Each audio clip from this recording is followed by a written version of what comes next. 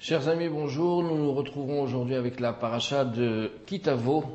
Et comme l'indique le verset Vehaya Kitavo, comme le dit la Gemara dans Megillah ou Daf Yud Dalet, tout verset commençant par le terme Vehaya vient nous annoncer que de bonnes nouvelles. Et en effet, je vous les lis parmi celles qui sont dans les premiers versets, Vehaya Kitavo el Haaretz, et puis ça s'adresse surtout à tous les Olim Chadashim qui sont arrivés le 25 juillet, ou après, ou avant, venant de France ou venant d'ailleurs, en tout cas, lorsque tu arriveras en Eretz Israël, et tu vas recevoir en héritage la terre d'Eretz Israël, Veyashav Taba, et donc tu vas y habiter. Chacun aura déjà trouvé un appartement et sera donc installé au mieux dans toutes les villes d'Eretz Israël. Et puis nous allons avoir le plaisir d'aller rendre visite à Yerushalayim, à rendre visite au Kohen auquel nous allons apporter nos prémices, et nous allons lui raconter toute notre histoire que nous étions en diaspora et que nous avons finalement atterri dans le seul endroit au monde où nous pouvions revenir, à savoir en Eretz Israël, et celui-ci de nous annoncer au verset suivant, au verset 9, Vayavi enu el hamakom hazeh, c'est HaKadosh Baruch Hu qui nous a amenés ici, et pas l'agent juive, sans vouloir enlever tout le travail que font très certainement tous les shlichim de l'agent juive. Aval, sachez que c'est HaKadosh Baruch Hu qui vous a amené ici. Vaïten lanu haaretz, il vous a donné cette terre. Eretz, zavat, chalav, udvash. La terre où coule le lait et le miel. Eh bien, on aurait pu penser que les choses joyeuses vont continuer, mais en fait, ici, la Torah va nous mettre en garde, en fait, sur un contrat qui va nous lier entre nous et HaKadosh Baruch Hu. En effet, toutes les bénédictions que nous venons de citer, HaKadosh Baruch Hu pourra nous les envoyer d'ailleurs à profusion. Il ne demandera que ça. Cependant, il y mettra une condition. Les conditions, ça sera tout simplement de réaliser la Torah. Et si malheureusement nous ne réaliserons pas la Torah, eh bien, ces mêmes bénédictions se transformeront en malédictions. Faites bien attention, et je vous signale au verset, au Perek Kafret, le verset reprend et nous dit Vehaya dans un langage de joie.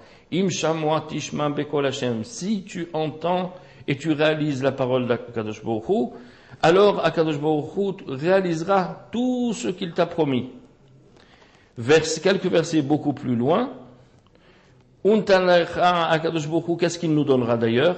Eh bien, on réussira dans tout. Kol ma'aseyadecha ulvarech et kol ma'aseyadecha. Tout ce que vous allez entreprendre en Eretz Israël, que ce soit au niveau de l'éducation des enfants, que ce soit au niveau du commerce, que ce soit au niveau des achats que vous ferez, il n'y aura que la bracha. Ve'il vita go'im rabim. Eh bien, sachez la chose suivante. Ve'ata lotilve. Que la Banque internationale mondiale, plus exactement le fameux Fonds monétaire international, sa base sera à Tel Aviv ou à Yerushalayim, en tout cas dans chaque ville. Tous les peuples du monde viendront emprunter chez nous. Ve'ata lotilve, c'est-à-dire que l'aide des Américains, soi-disant qui est une subvention, mais en fait qui est un prêt que nous rendons jusqu'au dernier donné, les fameux 3 ou 4 ou 5 ou 10 milliards, ou peu importe quels sont les montants, eh bien c'est fini. Akadosh Baruch Hu, Ata lotilve, c'est eux qui viendront et qui auront besoin de nous. Je rajoute autre chose, Ve'aïta rak lemala, ve'loti elemata, et on sera toujours en haut, mais cette fois-ci que pour les bonnes choses, et on ne sera plus en bas. Autrement dit, un état idéal, idyllique de Gan Eden qu'Akadosh Baruch Hu nous promet, à une seule et unique condition, que nous réalisons tout simplement les commandements qui se trouvent dans la Torah.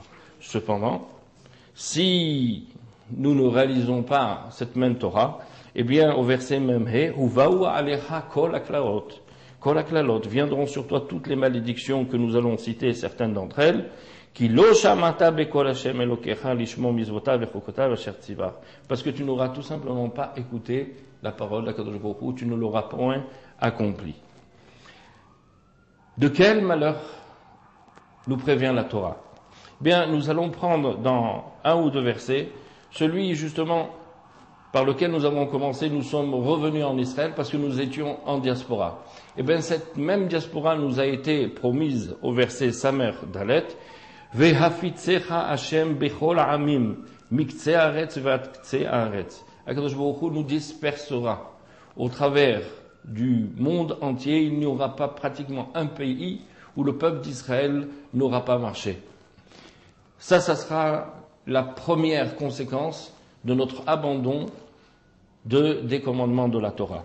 Parmi eux, malheureusement, d'autres beaucoup plus graves, Arour, Arour, Arour, à chaque fois il est indiqué le mot malheur à celui et malheur à celui. Je ne voudrais rappeler que les problèmes que nous avons eus au niveau de l'Inquisition, que nous avons eus au niveau des cantonistes, que nous avons eus au niveau des ghettos, que nous avons eus au niveau de l'expulsion d'Espagne, que nous avons eus au niveau de la Shoah, eh bien, ce ne sont pas des phénomènes historiques qui ont eu lieu par hasard. Ils font partie d'un plan bien déterminé. Et ce plan ne s'est réalisé que par les actes que nous avons entraînés. Vient ici peut-être une consolation que du fait que justement on n'agit pas tout à fait au hasard et que nous sommes dans un plan qui est bien déterminé par Akadosh Baruch Hu et que ce plan, Baruch Hashem, a une fin qui est heureuse. Nous ne pourrons souhaiter que cette fin soit heureuse et que toutes les bénédictions que nous avons citées au début se réalisent le plus rapidement possible, tout en réalisant cette même Torah en Eretz Israël et de par le monde.